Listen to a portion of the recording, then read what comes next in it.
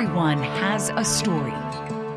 Stories have power. They help us understand. Jessop's Journal is a collection of powerful, positive, and inspirational stories. It's time for Jessop's Journal. Hi, I'm Doug Jessop. Welcome to this episode of Jessop's Journal, where we share powerful, positive, and inspirational stories in music. Today, we're doing an episode called Helping Hands. Here's a quick rundown. Not everyone has access to clean water. There's a human-powered well that's helping solve that. The first thing water does, it brings the water closer to where they're at. Not everyone has access to reliable electricity. Hand crank sewing machines are making a difference. Find third world solutions to third world problems. That's why we do hand crank sewing machines. There's something special about handmade art. Objects with stories are treasures remembered. She is sitting at the entrance of the catacombs offering lamps to those who are going to worship in secret. With all the negativity out there, isn't it great to just be able to take a break and remember what you're thankful for? I'm proud to introduce a new feature called Thankful Stories. What are you thankful for today? Dinosaurs. Since we're talking about thankful, what are you thankful for? I'm thankful for a group called f.a.s.t. As your tongue is moving and touching the palate, it shows on computer in real time your own tongue to palate contact. In between, I'm thankful for a musician called Makisi. Thank you for the air I breathe. Thank you for the simple things. Thank you for the way I see. We've got a full show, so let's start with a woman that uses her hands to create something special. You are actually very well known as a sculptor for a special presentation out at Thanksgiving Point with the depictions of Christ. So tell me a little bit more about that. That's the Light of the World Garden. There are 35 monumental bronze statues that comprise 15 scenes of events from the light of Christ. Now, why the Light of the World? Why was it called that? When I started sculpting, I created probably 12 private commissions for individuals, but then I got on my knees and asked God what He wanted me to do with the gift that He'd given me. And as answer to that prayer, I was given a concept of a sculpture garden depicting the teachings of Christ. I have always loved Jesus Christ. And so I was enthralled with this challenge. I wasn't shown where it would go. I wasn't shown what scenes I was to depict. The only thing I was given was the certitude that it would happen. So it was years later that I met Karen Ashton, and in our discussions, she invited this body of art to be in her beautiful Ashton Gardens at Thanksgiving Point. Wow. Good person to know. Yes, she is. Wow. And I understand that because of that project, there's an even bigger project coming, which is kind of the reason we're looking at all this neat stuff. What's this project called? Oh, you're very right. This project is called the Tree of Life Presentation. And it is a companion piece to the Light of the World in so much that this is a witness of Jesus Christ from the Book of Mormon. Okay. And it focuses on the vision of the Tree of Life, but also focuses on the personalities and prophets and kings from the Book of Mormon. Okay. I love bronzes because they have this certain patina, this age. I mean, there's a difference between one that's kept in a box, basically, and the one that's touched and felt and everything. Describe what that's like. I'm so glad you asked that question because I am very thankful to be in the three-dimensional art form of sculpture because I'm a very tactile person and I really want people of all ages to connect with the statues. And when they have the desire to reach out and reverently touch Christ, they are completely welcome to do this. And I've noticed that certain favorite parts of the statues have received what I call that love patina. For example, the prints of the nails in his hands. That love patina turns the bronze to a kind of gold because it removes the patina, but I welcome that because it's a very tactile experience where people can actually connect in some way with a depiction of Jesus Christ. you know, it just comes to my mind. I got to think that little kids would absolutely love you.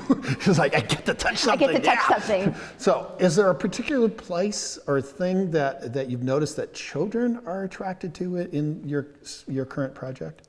In Light of the World, they love to sit among the chickens. Oh, really? The chickens, where it's his gathering. And this one little boy gave a profound sermon about this, and he told his grandma, "Grandma, this is where Jesus protects the chickens like he protects us from predators." And so they love to get up in his lap and sit on his lap. They love to lay their heads on his shoulders and wrap their arms around his arms. And that's one of the most endearing things that I see, is when little children love on Jesus. What's the inspiration for this? I mean, that was a big project, but this is beyond big. I mean, this is humongous. How big is this going to be when it's all said and done? That's a very good question, because right now there are over 200 statues. And the thing that I want to share is when people say, well, where did this start? Where did the desire to do a depiction of the Tree of Life begin? And the stunning thing is, we were just talking about children. I remember being 5 years old. And the very first time I heard the story of Lehi's vision of the Tree of Life, it encoded on my soul in a very deep way. So when I began to sculpt, the echo came through the decades of my life, and I knew that at one point in time, I would sculpt a depiction of the Tree of Life. I was not ready to do it at the time I began the Light of the World. I am a different person now, and that the work that I've done is the work of just over 2.5 years. So it's a phenomenal thing, but the work of the Light of the World prepared not only me, but the relationship with Karen Ashton at Thanksgiving Point for the unfolding of this magnificent, massive presentation. And the basic underlying message of it is what embraces the light of the world and the story that we are all children of God, and that He is a loving Father and wants the very best for us. So it is my joy to be able to create a diverse representation of ethnic groups, ages, circumstances, struggles, trials, pain, victory, triumphant, and what God is willing to do to bless our lives and bring us home to Him. So I see up there is, the tree, okay, and it's lit. Light is radiating from the tree. And it was designed to have the metaphorical symbolism of light that radiates out from within our souls when we have a commitment to truths of eternity, principles of light. For example, love is that. Love your neighbor as yourself. Do unto others as you would have others do unto you. The truths that Christ taught about loving God first and loving each other, that creates a light in our countenances. And that's what the Tree of Life is meant to be symbolic of, is that light radiating from inside. Okay, now I notice that there's an iron rod that goes up this mountain, up this hill towards Christ. Yes. What's that iron rod represent? It's going up a very steep hill. Angle of this path is difficult. The surface underneath the feet is not dependable. It is very irregular, it's very organic. Even though we have similar life's experiences, each person's own individual journey is fraught with uncertainties. We cannot take for granted the very next step that we're going to make, because it could be a misstep. This iron rod that you're referring to is representative of Jesus Christ, the Word of God. As it says in the Gospel of John, in the beginning was the Word, and the Word was with God, and the Word was God.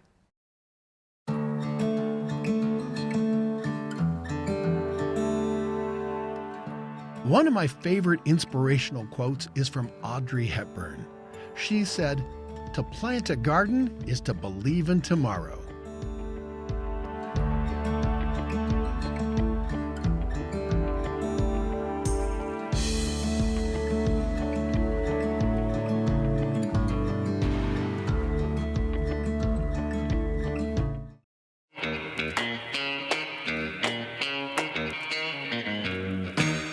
Everyone has a story. Sometimes those stories are told through music. It's time for Jessop's Jukebox with Makisi.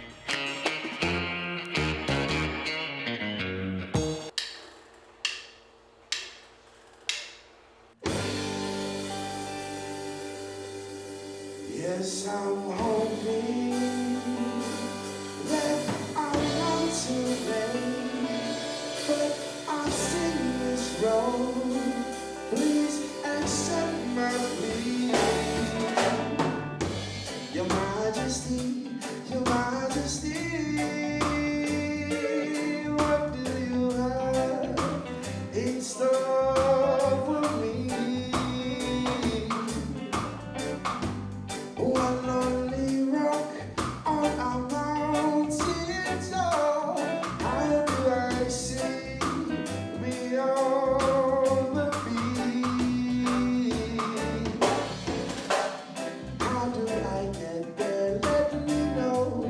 How do I show you that I know your love is deeper than the ocean? Now that I'm here, please accept me as I am. This is my love. This is my love. This is my love. This is my love. Yes, I'm hoping that I'm not too late, but I've seen this road. Please accept my plea.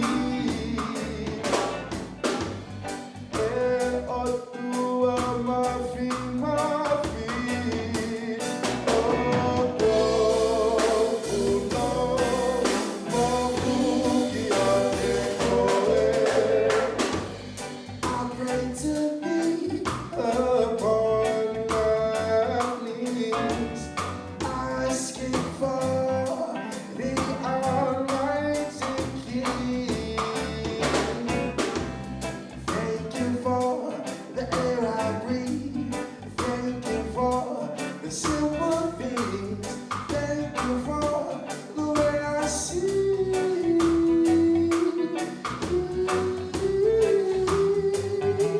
The way I see. This is my Lord. This is my Lord.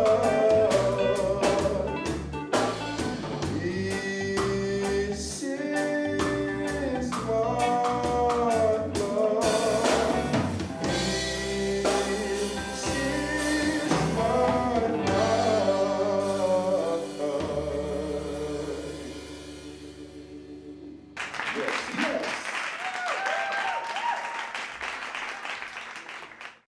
What do you care about? It's time for the caring stories. We haven't found anything else really as economically empowering to lift a woman from poverty in the third world as a sewing machine. Something as simple as this crank gives people hope all around the world.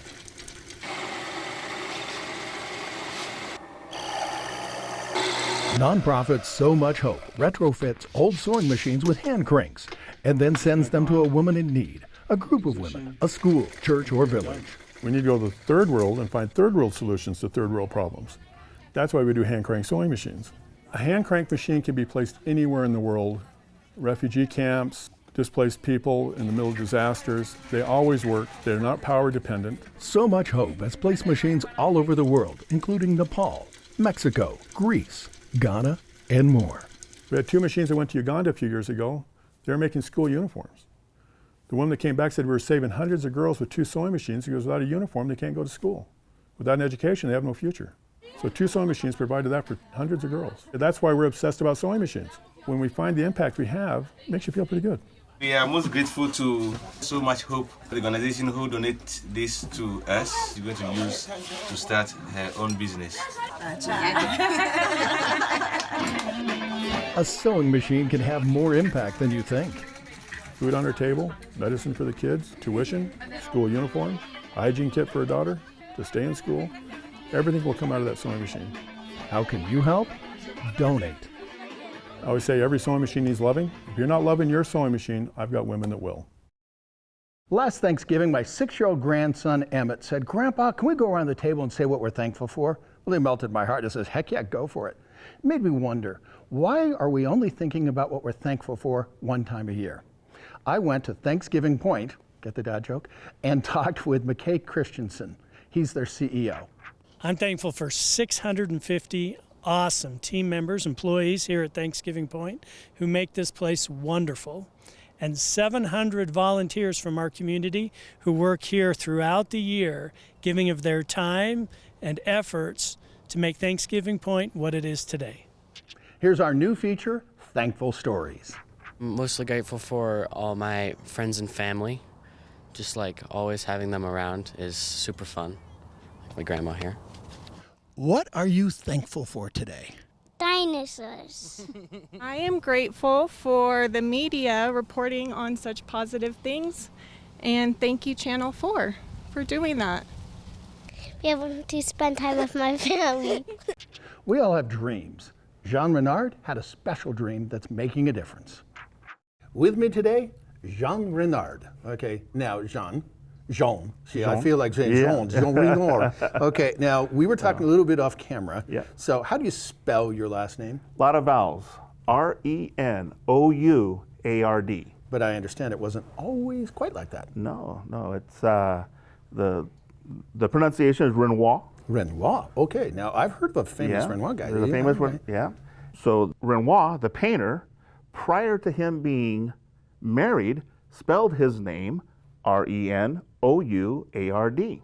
When he got married, the scribe spelled it phonetically, and so we all know him, and he signs his art with Renoir. So for all we know, he got married in Ellis Island. I don't know. That could be. That could be. Okay. This dream was a while ago, but I'm pretty sure it made an impact on you. Yeah. What I remember was this post coming down and this wheel going in a circle and men that were turning it. And so that was the impetus. So that was a new way of doing things. And again, at the time, really didn't know what I was seeing, right? But I knew that it was for drilling water boreholes. And so that was what I drew out and what I could remember.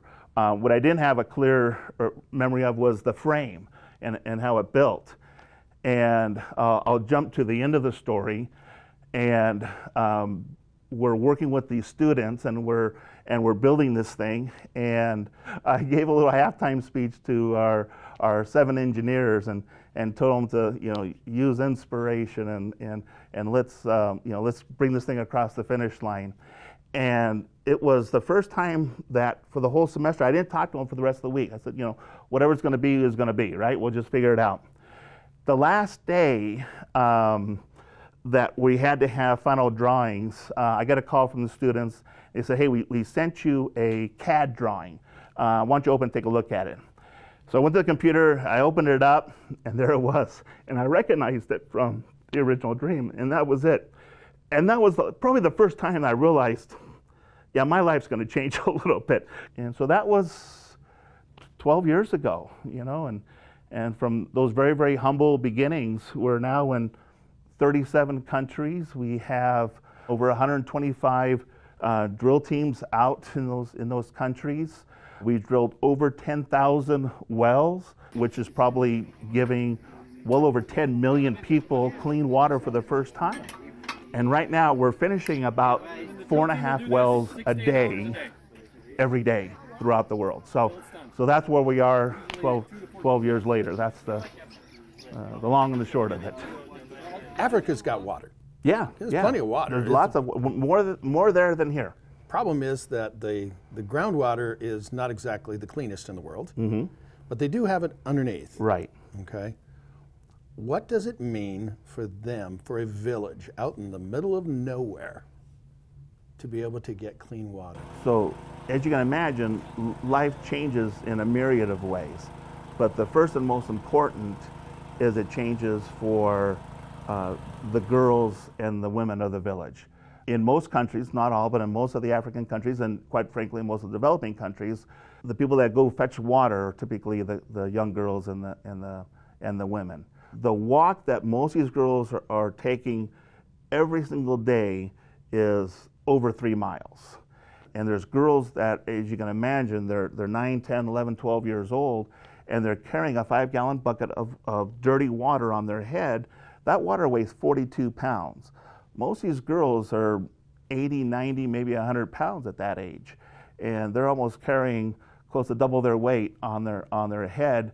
The trek is hard, but the dangers that are involved, you have animals, you have sprained ankles, you know, they fall and get hurt. But the real tragedy is that there's terrible people out there that also know where these girls are going to be, and they know they're going to be unprotected. Almost every girl that fetches water over a period of time will be accosted, will be severely abused in many ways.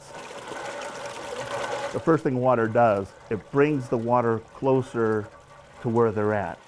The second thing it does is it creates health. Where the water is at, where it's dirty, that's where malaria is at. So they're no longer going to these ponds that have the mosquitoes, and so the malaria goes way down. Obviously, the intestinal bugs that you get from drinking this water is eliminated. Well, thank you very much for coming on Jessop's channel today. It's been my pleasure. What an opportunity. Thank you. Where is Doug broadcasting from next? FollowDoug.com. There's a young man named Carlos in Guatemala. He's got quite a story.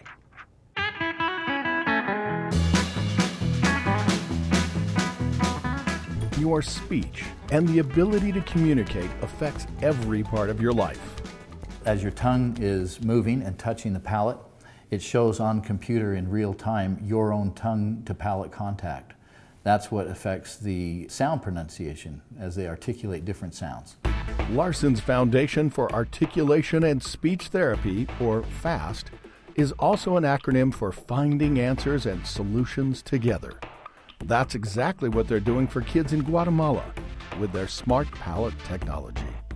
So Dave, tell me about Carlos. He's at the Guatemalan's National Special Needs Orphanage. It's called Ciudadanini. Carlos was abused to the point that he had multiple fractures of his skull and legs. FAST is helping Carlos to be able to communicate. First time in his mouth, for the first time he ever said an S. First time he ever said an L. I mean, he was excited. And I don't think he was more than a year, probably, until he was released from our therapy. And he hasn't solved all his problems, but he can say anything. We all want to be understood.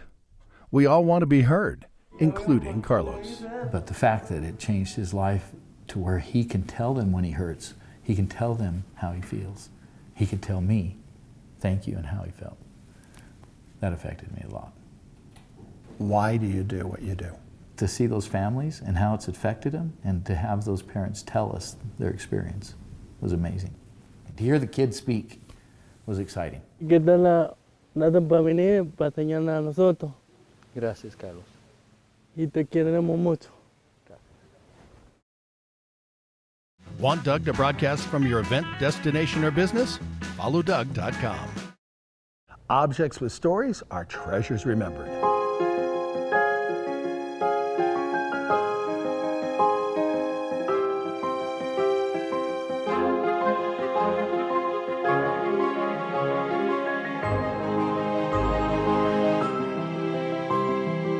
With me today, Dr. Micah Christensen from Anthony's Fine Art and Antiques. So, okay, Micah, I'm going to ask you a question, and you know, it's Jeopardy round, so you got to make sure you answer in the form of a question. Okay.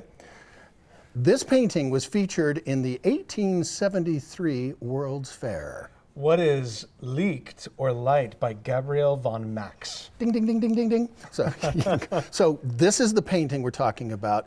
That's right. Beautiful subject. Tell me a little bit about it. So this painting is by Gabriel von Max. In the 19th century, he was a famous artist for doing these kinds of recreations of early Christian worshipers.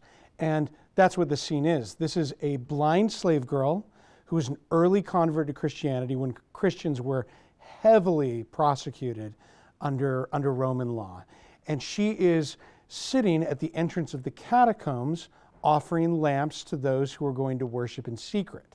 Now, the catacombs were these ancient burial grounds that are still, you can visit them in Rome today, and this little girl with oil lamps welcoming those who come to worship.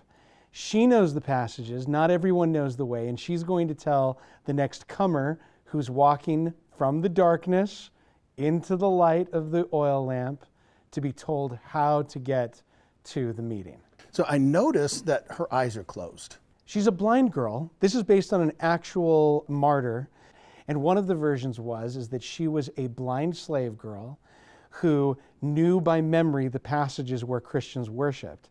And that her fatal mistake at the end, and maybe it's not a mistake because she was destined to do this, was she showed the emperor's wife, who was a secret Christian, how to get to a meeting. And then she was captured afterwards, killed, and sealed her salvation as a saint in that way. We did the little Jeopardy round. What in the world does Jeopardy have to do with this painting? This was owned for a very long time by Alec Trebek. Really? Of Jeopardy fame. The guy. Yes, Okay. yes, absolutely. And it had been in his collection until his death, and now it's here. Wow. Well, everyone has a story. Objects with stories are treasures remembered. It's that time of the show when we take a deep breath and relax. Clear nasal spray helps me breathe better. I think they'll help you too. So join me. Take a deep breath.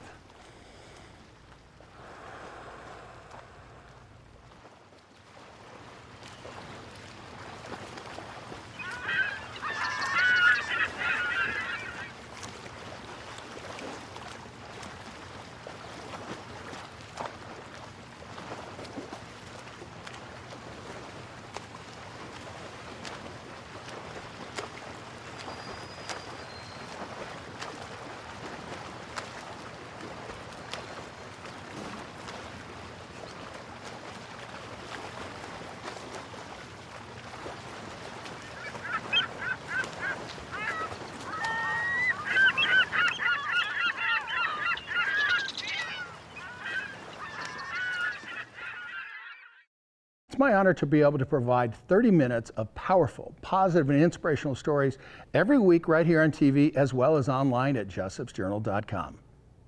Everyone has a story. Yes, you have a story. Stories have power. They help us understand each other.